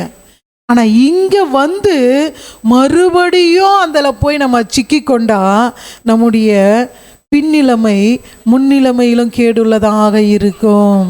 அல்லேலூயா. எத்தனை பேருக்கு புரியுது? கைகளை உயர்த்தி ஒரு அல்லேலூயா சொல்லுங்க, கரங்களை தட்டி அப்பாவுக்கு ஒரு நன்றி சொல்லுங்க. 21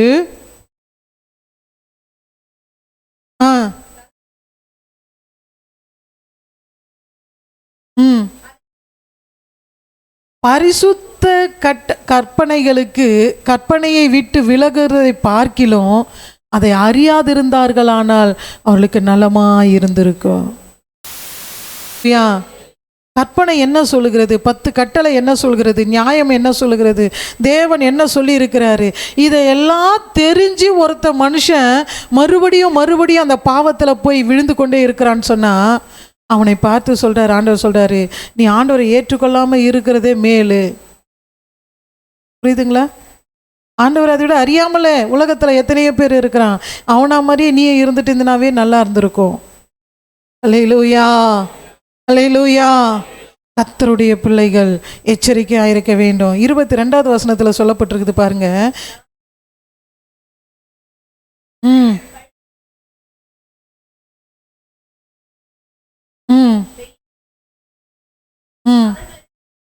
அல்லேலூயா. நாய்க்கும் பன்னிக்கும் ஒப்பிட்டு சொல்றாங்க. நாய்களுக்கும் பன்னிகளுக்கும் அது என்ன பண்ணுமா? அது கக்கி வச்சு ஒரு சுத்திட்டு மறுபடியும் போய் அதை தின்னுமா. பன்றி அவ்வளோதான் சுத்தமாக குளிக்க வச்சுட்டு அதை சுத்தம் பண்ணி வச்சுருந்தாலும் மறுபடியும் போயிட்டு ஒரு ரவுண்ட் அப்படி போய் பார்த்துட்டு மறுபடியும் அந்த சேத்துல போயிட்டு அது உருண்டு பறண்டு வந்தால் தான் அதுக்கு சந்தோஷமாக இருக்கும். உடம்பெல்லாம் சேராக இருந்தால் தான் அதுக்கு நிம்மதியாக இருக்கும். அல்லேலூயா. மனுஷனுடைய நிலைமை அப்படி தான் இருக்குது. எப்படியாப்பட்ட மனுஷனுக்கு சொல்கிறாரு, கிறிஸ்தவங்க ஆண்டவருடைய பிள்ளைங்கன்னு சொல்லிட்டு தேவனுடைய நாமம் தரிச்சவங்க மறுபடியும் போயிட்டு பாவம் செஞ்சுட்டு வந்து பரிசுத்தமாக தேவனுடைய ஆலயத்தில் வந்து உட்கார்றாங்க பார்த்தீங்களா, அவங்கள தான் ஆண்டவர் அது மாதிரி சொல்கிறார். ஜாக்கிரதையாக இருக்கணும். அநீதித்தின் கூலி, நம்ம அநியாயம் செய்வோம்னா அதற்குரிய கூலி ஆயத்தமாக இருக்கிறது. நம்ம நீதி செய்வோம்னு சொன்னால் நீதி உள்ள கூலியை தேவன் கொடுக்குறார். ஒரு மீனவர் மீன் பிடிச்சிட்டு வந்துட்டு இருந்தாராம். அதை ஒரு பிஸ்னஸ் மேன் பார்த்துருக்கிறார். அவர் பார்த்து பிஸ்னஸ் மேனை பார்த்து அவர் கேட்டாராம், அந்த மீனவரை பார்த்து கேட்டாராம், எவ்வளோ நேரம் ஆச்சு அப்படின்னு கேட்டாராம். அவர் சொன்னாராம், 1 மணி நேரம் ஆச்சு. இந்த மீன் பிடிக்கிறதுக்கு எனக்கு 1 மணி நேரம் ஆச்சு. இதை என்ன பண்ணுவீங்க? இப்போ மீன் பிடிச்சிட்டிங்க, அடுத்தது என்ன பண்ணுவீங்க? இந்த மீனை எடுத்துன்னு போயிட்டு விற்றுட்டு காசு எடுத்துன்னு போயிட்டு எங்கள் வீட்டில் நான் கொடுப்பேன். அவங்க நல்லா சமையல் செய்வாங்க, சாப்பிட்டுட்டு நல்லா என் பிள்ளைங்களா கூட நல்லா ஜாலியாக பேசிட்டு சந்தோஷமாக இருப்போம், நல்லா தூங்குவோம். மறுபடியும் மறுநாள் காலையில் போயிட்டு நான் மீன் பிடிப்போம். இப்படி தான் போவோம். அப்போ அவர் சொன்னாராம், நான் ஒரு பிஸ்னஸ் மேன், பெரிய பிஸ்னஸ் மேனாக இருக்கிறேன், என் வாழ்க்கையில் நல்ல பணம் நிறைய சம்பாதிச்சிருக்கிறேன், அந்த ஐடியா உனக்கும் சொல்கிறேன். நீ என்ன பண்ணு, 1 மணி நேரம் செய்கிற அந்த மீன் தொழிலை 8 மணி நேரம் செய்யின்னு சொன்னாராம். எத்தனை மணி நேரம்? அப்போது நீ 1 மணி நேரத்துக்கு பிடிக்கிற மீனை ஒரு 1000 ரூபாய்க்கு விற்கிறேன்னு வச்சுக்கேன், 8 மணி நேரத்துக்கு பிடிக்கிற மீனை 8000 10,000 சேல்ஸ் ஆகிடும். புரியுதா? அப்போது நிறைய பணம் சம்பாதிப்பேன். அப்போது நீ இந்த பணத்தை சம்பாதிச்சின்னா நல்ல ஒரு இடம் வாங்குவேன், வீடு கட்டுவேன், உன் பிள்ளைங்க சேர்த்து வைப்பேன், உன் பிள்ளைங்க எல்லாரும் நல்லா சந்தோஷமாக இருப்பாங்க. இப்படியெல்லாம் எல்லாத்தையும் சேர்த்து வச்சுட்டு அதுக்கப்புறமா நீ என்ன பண்ணு, போயிட்டு நல்லா சந்தோஷமாயிரு. அதுக்கு பல வருஷம் ஆகல, அதுக்கப்புறமா நீ போய் சந்தோஷமாயிருன்னு சொன்னாராம். அப்போ அவர் சொன்னார், அந்த மீனவர் சொன்னாராம், இப்போவும் நான் அதை தான் பண்ணிக்கிட்டு இருக்கிறேன்.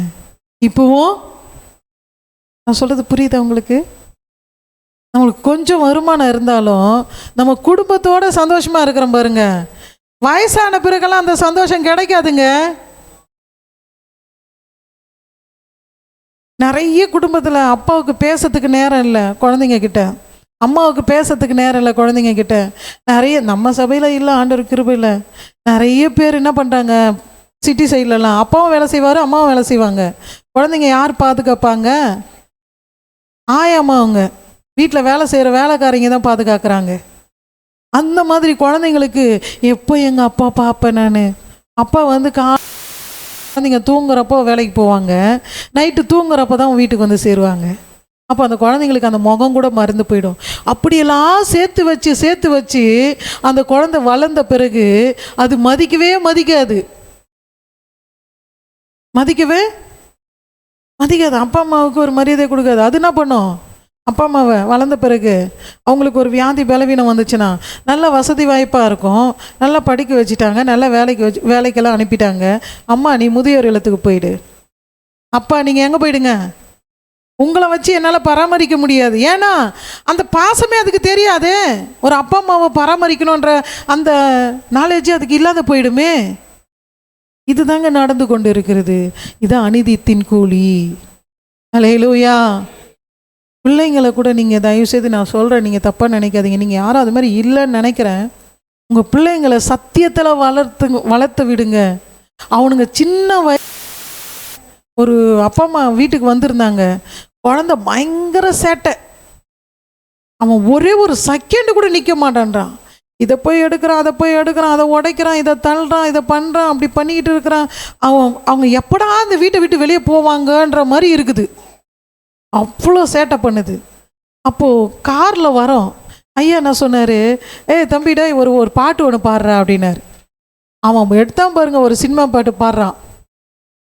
அவங்க அம்மா ஐயோ வாயில் அடிக்குதே, ஐயா எதிரா பாடாதரா, அம்மா என்னம்மா வீட்டிலலாம் பாடுவேன்ல, அப்போ கம்முன்னு இருந்த.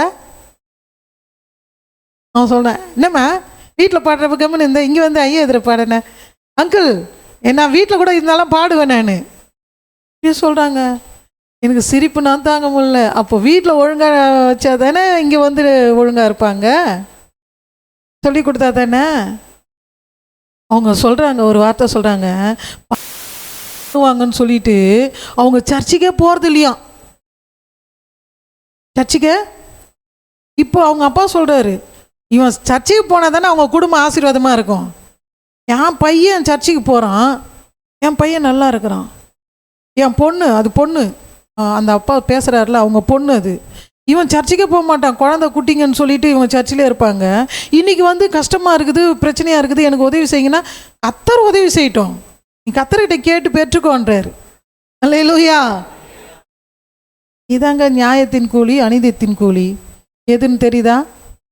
புரியுதுங்களா? முதலாவது தேவனுடைய ராஜ்யத்தையும் அவருடைய நீதியும் தேட கற்றுக் கொடுங்க. உன் பிள்ளை கலெக்டர் ஆகலாம், போலீஸ் ஆகலாம், வக்கீல் ஆகலாம், ஆனால் கர்த்தருடைய வார்த்தையை கேட்காம அவன் வளர்ந்தான்னு வச்சுங்களேன், நாளைக்கு உங்களை பார்க்கவே மாட்டான். இன்னைக்கு போயிட்டு உன் டைரியில் எழுதி வச்சுக்கோ, நாளைக்கு உன் பிள்ளை உன்னை பார்க்க மாட்டான்.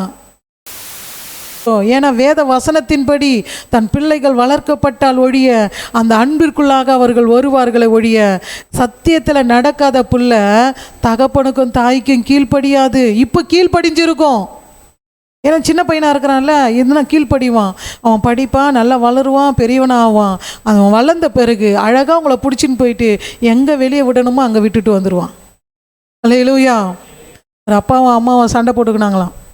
அப்போது அப்பா வந்து பையன் வந்து அடிச்சிட்டான், அப்பா வந்து பையன் அடிச்சிட்டான், செம்மடி அடிச்சிட்டான். அடித்து அப்படியே இப்போ எங்கள் அம்மா ஏன் அடிக்கிறேன், ஏன் இது மாதிரி திட்டுற, என்ன இப்படி பேசுகிற அப்படின்னு சொல்லிட்டு அடித்து வெளியே கொண்டு வந்துட்டான். ரோட்டுக்கா கொண்டுன்னு வந்தோடனே அப்பா சொன்னார், டே டே டே நிறுத்துறா போதுண்டா அப்படின்னாரு. என்னப்பாண்ணா? என் அப்பனை நான் இது வரைக்கும் தான் அடிச்சுட்டுன்னு வந்தேன், என் அப்பனை இது வரைக்கும் தான் அடிச்சுன்னு வந்தேன், இதுக்கு மேலே நீ போயிடாதேன்னு சொன்னாரான். அல்லேலூயா. ஜாக்கிரதையாக இருந்து. அநீதித்தின் கூலி ஆயத்தமாக இருக்குது. நம்ம நீதி செஞ்சோம்னா நீதியுள்ள நியாயாதிபதி நமக்கு நியாயம் செய்ய வல்லவராக இருக்கிறார், நன்மை கொடுப்பார். நன்மை செய்ய படியுங்கள்னு சொல்லப்பட்டிருக்குது. கர்த்தருடைய வசனம் தாங்க லாஸ்ட்டில் நம்மளை உயிர்ப்பிக்கும். கர்த்தருடைய வசனம் தான் நம்ம குடும்பத்தை காப்பாற்றும். கர்த்தருடைய வார்த்தை தான் நம்மளுக்கு ஜீவனாக இருக்கும். கடைசியாக நான் சொல்லி முடிக்கிறேன். அடுத்தது வந்து பார்த்திங்கன்னா, நல்ல மனுஷனுடைய கூலி. நல்ல மனுஷன். யோவான் 10ஆம் அதிகாரம் 11வது வசனத்திலிருந்து நம்ம வாசிக்க கேட்கலாம். யோவான் 10:11.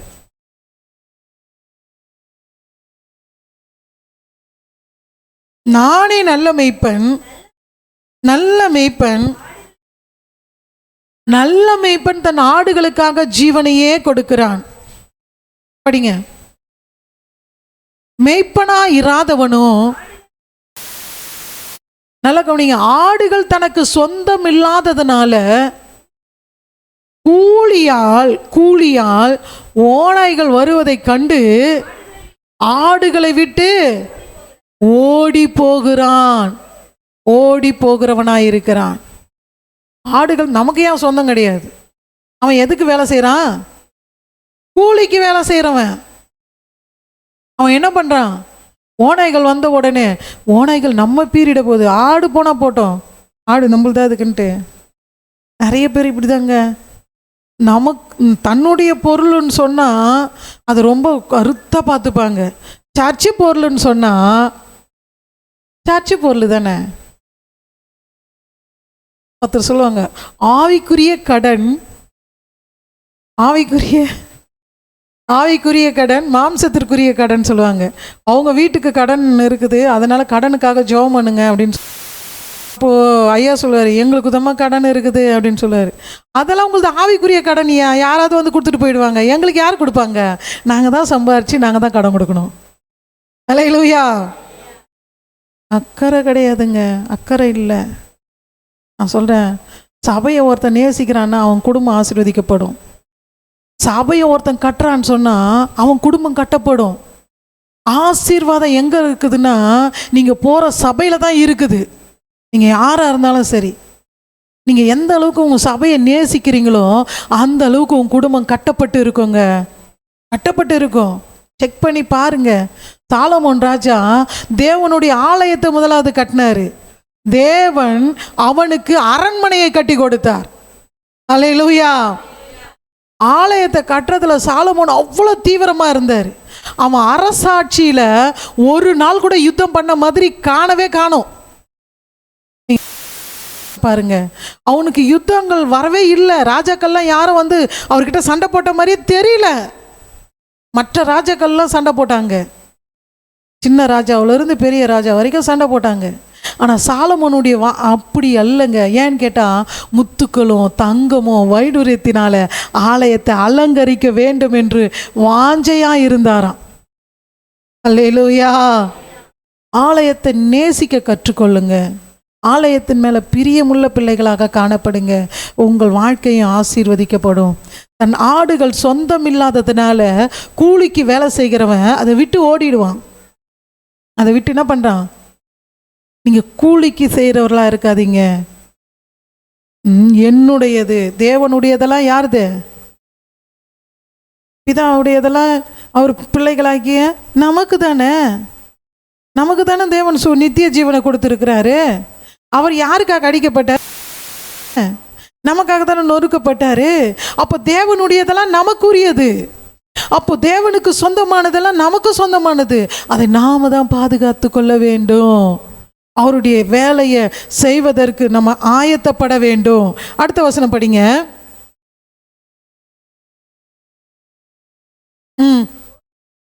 ஓடி போகிறான். ஆடுகளுக்காக அவன் கவலையே பட மாட்டாங்க. ஆடுகளுக்காக கவலையே பட மாட்டாங்க. நம்முடைய தேவ சபையில் வந்து, நம்முடைய ஏசி அப்போஸ்தல கிறிஸ்துவ சபையில் ஒரு ரூல்ஸ்ன்னு கூட சொல்லலாம். ஒரு ரூல்ஸ்ன்னு கூட சொல்லலாம். ஞாயிற்றுக்கிழமைன்னா யாரையும் பலிபீடத்தில் ஏறவே விட மாட்டாங்க. ஏன்னு கேட்டால், அவங்க ஆடுக்கு அவங்க தான் மேய்ப்பனாக இருக்கணும். அவங்க தான் அந்த மேய்ச்சல் கொடுக்கணும்.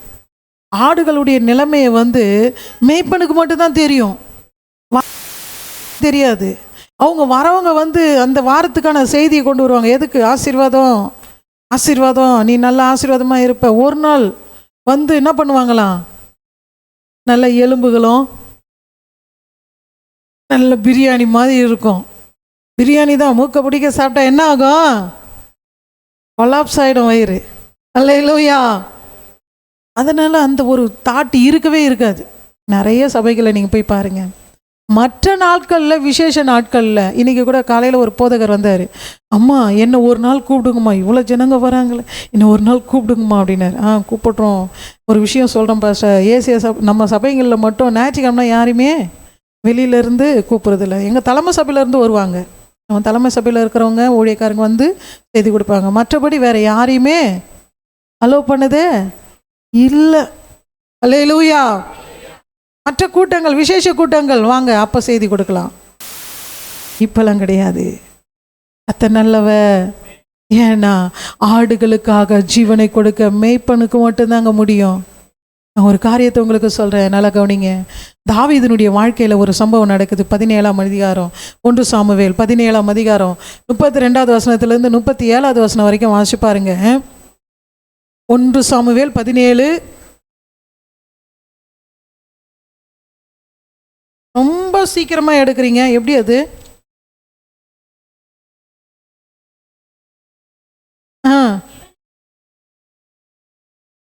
இவன் நிமித்தம் ஒருவனுடைய இருதயமும் கலங்க வேண்டியதில்லை. நான் போய் இந்த பெலிஸ்தனோடு யுத்தம் பண்ணுவேன் என்றான்.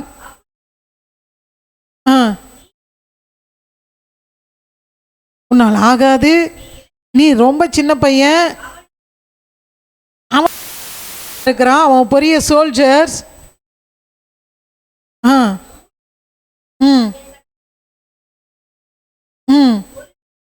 ஒரு விசை ஒரு சிங்கம் வந்தது, ஒரு விசை ஒரு கரடி வந்தது, மந்தையிலிருந்து ஒரு ஆட்டை பிடித்து கொண்டது. நான் அதை தொடர்ந்து போய் அதை அடித்து அது வாய்க்கு தப்புவித்தேன். அது என் மேல் பாய்ந்தபோது தாடையை பிடித்து அதை கொன்று போட்டேன். அல்லேலூயா. அப்படியே இந்த பெலிஸ்தனையே நான் கொன்று போடுவேன்னு சொல்றார். இதை எதுக்கு நான் அடையாளமாக உங்களுக்கு சொல்கிறேன்னா, நீங்கள் சுவிசேஷம் சொல்லப்படும் போது எதற்காக சொல்லணும்னு கேட்டால், தேவனை அறியாத ஜனங்கள் வெளியில் இருக்கிறாங்க, ஆயிரக்கணக்காக இருக்கிறாங்க, இன்னமும் மறிச்சு போகிறாங்கங்க. ஒரு நாளைக்கு ஆயிரங்கள் மறிச்சு போகிறாங்க. எத்தனையோ குழந்தைகள் பிறந்து கொண்டு இருக்குது. ஆண்டவரை அறியாமல் எத்தனையோ ஜனங்கள் செத்துக்கிட்டு இருக்கிறாங்க. அவங்களாம் எங்கே போவாங்கன்னு நினைக்கிறீங்க? ஆண்டவரை அறியாமல் போனா சொல்லுங்க பிரதர், எங்கே போவாங்க? பரலோக ராஜ்யத்துக்கா போவாங்க? நித்திய ஜீவனுக்குள்ளே போவாங்க? கர்த்தரை அறியாமல் போகிறவங்க எங்கே போக முடியும்? இருளில் போகிறாங்கங்க. அப்போது அவங்களாம் யாருன்னு கேட்டால், நம்முடைய அப்பாவுடைய பிள்ளைகள், நம்ம அப்பா முன்குறிக்கப்பட்ட பிள்ளைகள். ஒருவனை கேட்டு போகக்கூடாது. அதற்காக தான் இயேசு சிலுவை சுமந்தார், அதற்காக தான் ரத்தம் சிந்திருக்கிறார். அவர்கள் எல்லாரும் மீட்டு கொள்ளும்படியாக தான் உங்களையும் என்னையே ரட்சித்திருக்கிறார். அல்லேலூயா. உங்கள் மூலமாக என் மூலமாகவும் அவர்களை மீட்டு கொண்டு வர வேண்டும் என்பதற்காக நமக்கு நல்ல ஆலோசனைகளை கொடுத்து, உங்களுக்கு நல்ல திறமைகளை கொடுத்து, நல்ல சுகத்தை கொடுத்து, நல்ல பலத்தை கொடுத்து, நல்ல ஆரோக்கிய நல்ல வருமானத்தை கொடுத்து தேவன் உன்னை உயர்த்தி வைத்திருப்பதற்கு காரணம் என்ன? அழிந்து போகிற ஆத்துமாக்களுக்கு சுவிசேஷம் சொல்லி அவர் பக்கமாய் கொண்டு வர வேண்டும் என்பதற்காக தான். யோவான் 10ஆம் அதிகாரத்தில் சொல்லப்பட்டிருக்குது, அது அவருக்கு போஜனமாய் இருக்கிறதாம். என் மந்தையில் இல்லாத ஆடுகளை எனக்கு வெளியே உண்டு, அவர்கள் யாவரையும் நான் கூட்டி சேர்ப்பேன் சொல்லப்பட்டிருக்கிறது. அல்லேலூயா. நன்றாக அறிந்து கொள்ளுங்க. அந்த தாவீது சொல்றாரு, அவருக்கு ஏன் அவ்வளோ கோபம் வந்தது? அவன் ரொம்ப சின்ன பையன். எல்லா சோல்ஜர்ஸு எல்லாம் அந்த ட்ரெஸ்ஸை போட்டுக்கின்னு கையில் பட்டயங்களும் ஈட்டிகளும் வச்சுக்கின்னு ரெடியாக நிற்கிறாங்க. எப்போ அவனை சாகடிக்கலாம் அப்படின்னு சொல்லிட்டு பிளான் பண்ணிகிட்டு இருக்கிறாங்க. ஆனால் இந்த மனுஷனும் இவனும் ஒரு சின்ன பையனாக இருக்கிறான். அவன் கையில் ஒரே ஒரு உண்டிகளும் 5 கூழாங்கல்லும் தான் வச்சுட்டு இருக்கிறான். இதை வச்சுக்கிட்டு அவன் போயிட்டு மேற்கொள்ளணும். எப்படி மேற்கொள்ள முடியும்? எந்த தைரியத்தில் போகிறான்? இவனுக்குள்ள ஒரு தைரியம், என் கர்த்தர் என்னோடு கூட இருக்கு. சிங்கத்தை கொன்று போட்டது போல, கரடியை கொன்று போட்டது போல இவனையும் நான் கொன்று போடுவேன் இயேசுவின் நாமத்தில். அல்லேலூயா. பலன தேவன் கொடுக்க வல்லவராக இருக்கிறார். நீங்கள் பயப்பட வேண்டிய அவசியமே இல்லை. எதை கண்டு நீங்கள் அச்சப்பட வேண்டிய அவசியமே இல்லை. உன் கர்த்தர் உன்னோட கூட இருக்கிறார். உனக்கு வலது பக்கத்தில் உனக்கு நிழலாய் இருப்பேன் என்று வாக்கு பண்ணியிருக்கிறார்ல, அவர் நிழலாய் உன் கூட இருக்கிறார். அல்லேலூயா, அல்லேலூயா. நீங்கள் ஒரு காரியம் செய்யணும், தைரியமாக கர்த்தருக்காக களத்தில் இறங்கணும். நீங்கள் நினைக்கிறீங்களா அவன் சொல்லட்டி விட்டு அந்த கல் போய் பட்டு அவன் செத்து போனான்னு? கொஞ்சம் யோசிச்சு பாருங்க. அவனும் சின்ன பையன், அவனும் ரொம்ப ஷார்ட்டாக தான் இருப்பான். அவன் மலை மாதிரி நிற்கிறாங்க. கோலியாத்து அவர் அந்த கவசெல்லாம் போட்டுக்கின்னு அந்த மார்பதக்கம் அது இதுன்னு சொல்லி எல்லாத்தையும் கட்டி ரொம்ப ரொம்ப யுத்த வீரன். இவனும் ஒரு ஆட்டு மேய்ப்பன். ஒரு ஆடு மேய்க்கிறவன் எப்படி இருப்பானோ அது மாதிரி தான் அவன் நிற்கிறான். இவன் அடிக்கிற அந்த ஃபாஸ்ட்டில் அவன் விழுந்து சாகிறான்னா அவனுக்குள்ளே இருந்தது தேவனுடைய ஆவியானவர். அல்லேலூயா. கர்த்தருடைய ஆவியானவர் அவனுக்குள்ளே இருந்தபடியினால தான் ஒரே கல்லுனால அவன் விழுந்து போனான். ஒரே கல்லுனால் அவன் விழுந்து போனான். இந்த 5 கல்லும் 5 விதமான நம்முடைய உபதேசங்களை எடுத்துக்கொள்ளுங்க, 5 விதமான ஊழியங்கள் எடுத்துக்கொள்ளுங்க. அல்லது இந்த யாத்திராகமும் லேவியராகமும் எண்ணாகமும் உபாகமும் இந்த புத்தகங்களாக வைத்துக்கொள்ளுங்க, கர்த்தருடைய வசனமாக வைத்துக்கொள்ளுங்க. சத்துருவை ஜெயிக்க வேண்டும் என்று சொன்னால் இந்த கற்கள் உங்களுக்கு அவசியமாக இருக்கிறது. வேத வசனம் உன் கையில் இருக்க வேண்டும். வேத வசனம் உன் இருதயத்தில் இருக்கணும். உன் நாவில வசனத்தோடு நீ மேற்கொண்டு பாரு, ஜெயத்தை பெற்றுக்கொள்ள முடியும். கர்த்தராலாகாதது ஒன்றும் இல்லைங்க. அவனுக்குள்ளே இருந்தது ஒரு தைரியம். நல்லா நான் சொல்கிறேன், அங்கே கூலிக்காரன் என்ன பண்ணுறான்? ஆடுகளுக்காக ஆடுகளை விட்டு, ஓநாய்கள் வரும்போது ஆடுகளை விட்டுட்டு அவன் ஓடி போகிறான் என்று வாசித்தோம். ஆனால் இங்கே இந்த தாவீது அவனை நானே போய் என்ன பண்ணேன்? அடித்து கொன்றேன். அல்லேலூயா. அப்போது பலப்படுத்துகிறவர் ஆண்டவர். உங்களை நீங்கள் செய்ய வேண்டிய ஒரு காரியம், நீங்கள் எந்த விதமான கூலியை பெற்றுக்கொள்ள ஆயத்தமாக இருக்கிறீங்க? எப்படி விதமான கூலியை பெற்றுக்கொண்டு இருக்கிறீங்க? சற்று நிதானித்து பாருங்கள், சற்று நிதானித்து பாருங்கள். தாவீது இவ்வளோ தைரியமாக பேசினவர் மேற்கொண்டாரா இல்லையா? ஜெயத்தை மேற்கொண்டாரா இல்லையா? அப்போ நீங்கள் கவனிங்க, கர்த்தருக்காக ஒரு அடி நீங்கள் எடுத்து வைக்கும்போது தேவன் உங்களுக்காக 100 அடி எடுத்து வைக்க ஆயத்தமாக இருக்கு. எல்லோரும் எழுந்து நிற்போம். நம்ம எல்லோரும் எழுந்து நின்று கர்த்தரை நோக்கி பார்ப்போம். Hallelujah, hallelujah, praise the Lord, praise the Lord. நம்ம எல்லோரும் ஒரு நிமிஷம் கூட ஓ ஹல்லேலூயா, ஹல்லேலூயா, ஹல்லேலூயா.